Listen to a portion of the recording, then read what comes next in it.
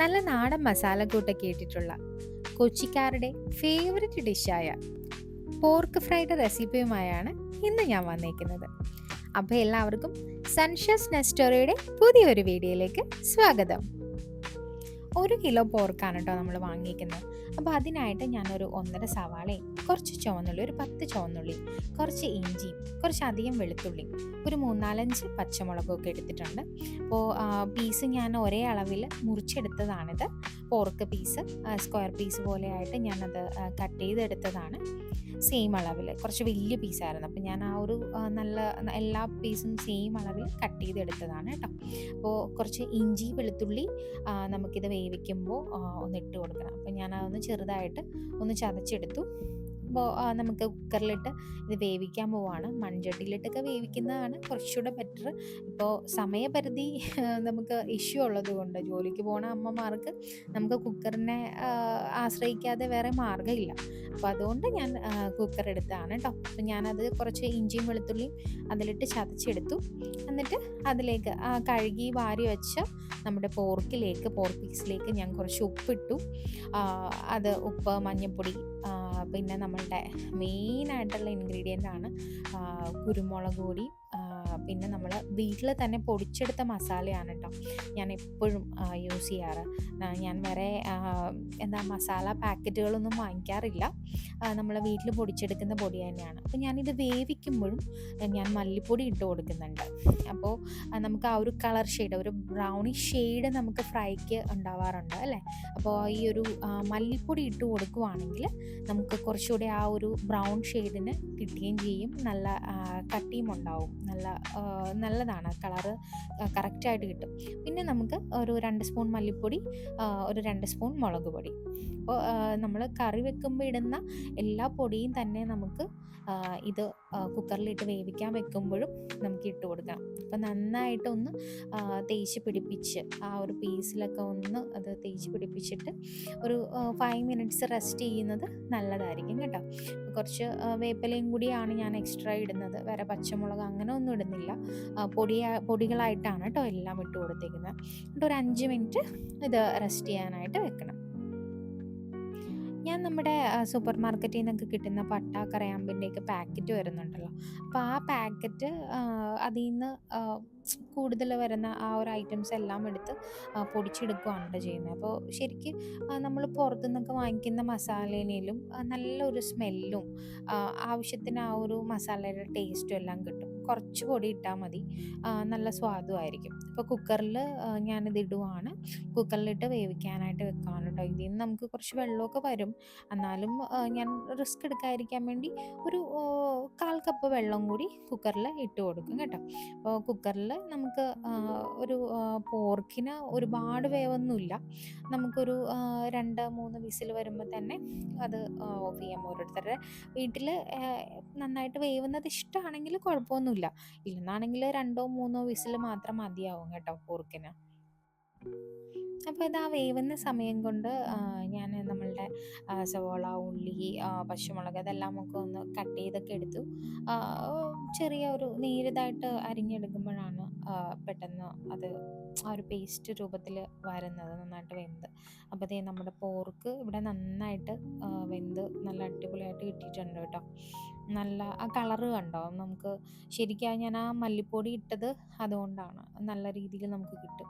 ഞാനത് കുക്കർ തുറന്നിട്ട് ഞാൻ ആ നെയ്യ് വെള്ളം ഞാനത് മാറ്റുവാണ് കേട്ടോ. നമ്മൾ പോർക്ക് ഫ്രൈ അല്ലേ ചെയ്യുന്നത്. അപ്പോൾ നമുക്ക് ആ വെള്ളം അങ്ങ് മാറ്റാം. നമ്മൾ പോർക്ക് റോസ്റ്റ് പോലെയൊക്കെയാണ് ചെയ്യുന്നതെങ്കിൽ കുറച്ച് ഈ നെയ്യ് വെള്ളം എടുക്കുന്നത് കൊണ്ട് കുഴപ്പമൊന്നുമില്ല. അപ്പോൾ നല്ല ആ ഒരു ടേസ്റ്റിൽ തന്നെ കിട്ടും.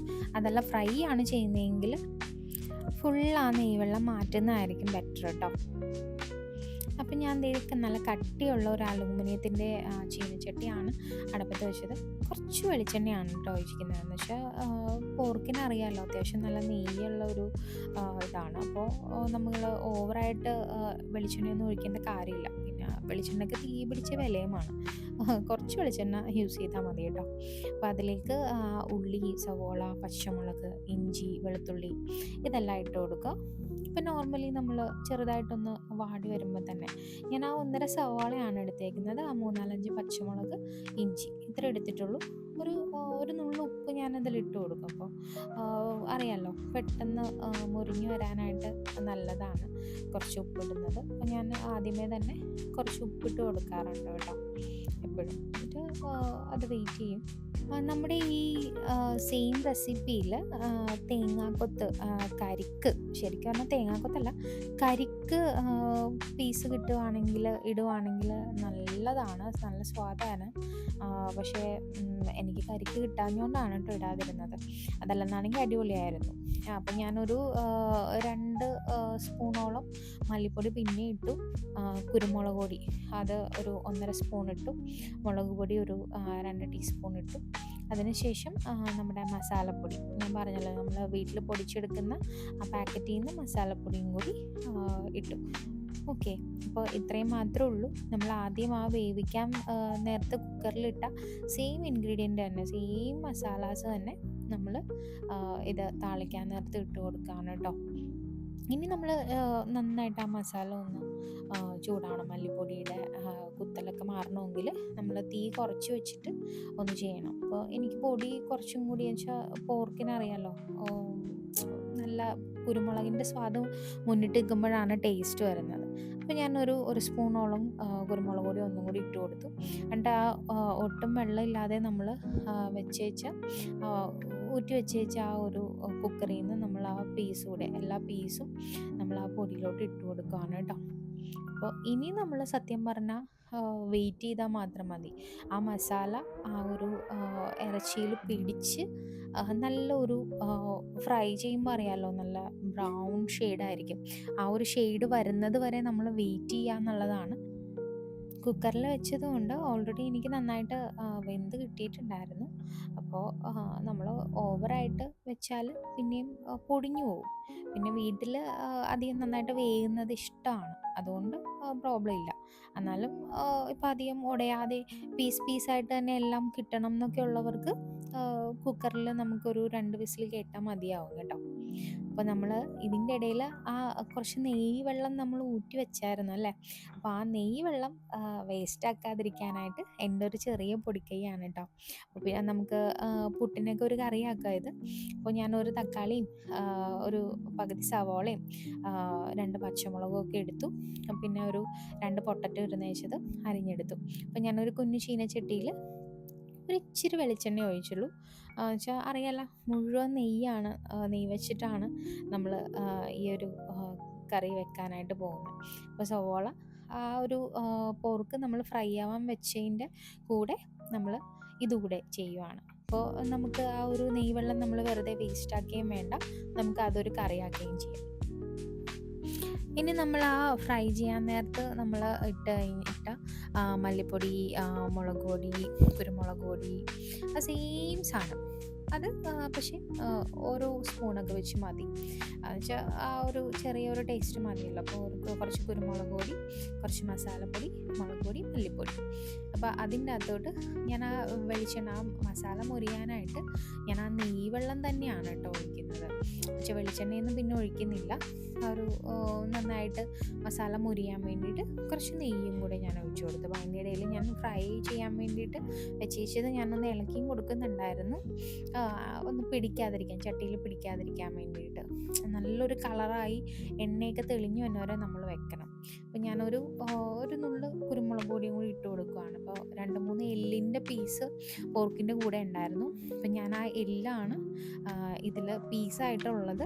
ഈ നെയ്വെള്ളത്തിൻ്റെ കൂടെ 2-3 എല്ലിൻ്റെ കഷ്ണമാണ് കേട്ടോ ഉള്ളത്. ഞാൻ ആ മസാലയിലോട്ട് പൊട്ടറ്റോയും കൂടി ഇട്ടു.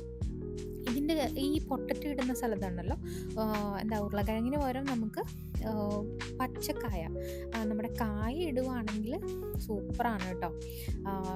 ഉരുളക്കിഴങ്ങിനേലും ടേസ്റ്റ് ആയിരിക്കും കായ ഇട്ട് കഴിഞ്ഞാൽ. പുട്ട്, ഇടിയപ്പം ഇതിൻ്റെയൊക്കെ ഒപ്പം ഉണ്ടല്ലോ നമ്മൾ ഈ വെക്കുന്ന കറി, ഈ പൊട്ടറ്റോ ഒക്കെ ഇട്ട അല്ലെങ്കിൽ കായൊക്കെ ഇട്ട കറി നമ്മൾ കറിയായിട്ട് എടുക്കുകയാണെങ്കിൽ അതിന് അടിപൊളിയായിരിക്കും കേട്ടോ കോമ്പിനേഷൻ. അപ്പോൾ ഞാൻ ആ എല്ലിൻ്റെ പീസാണ് 2-3 ഉള്ളത്, വേറെ പീസൊന്നുമില്ല. ആ എല്ല് കഷ്ണം മാത്രമേ ഉള്ളൂ. പൊട്ടറ്റോയ്ക്ക് ആ ഒരു ഇറച്ചിയുടെ സ്വാദും കൂടി കിട്ടാൻ വേണ്ടിയിട്ടാണ്. അപ്പോൾ ദേ നമ്മുടെ ഫ്രൈ ഒരുവിധം സെറ്റായിട്ടുണ്ട്.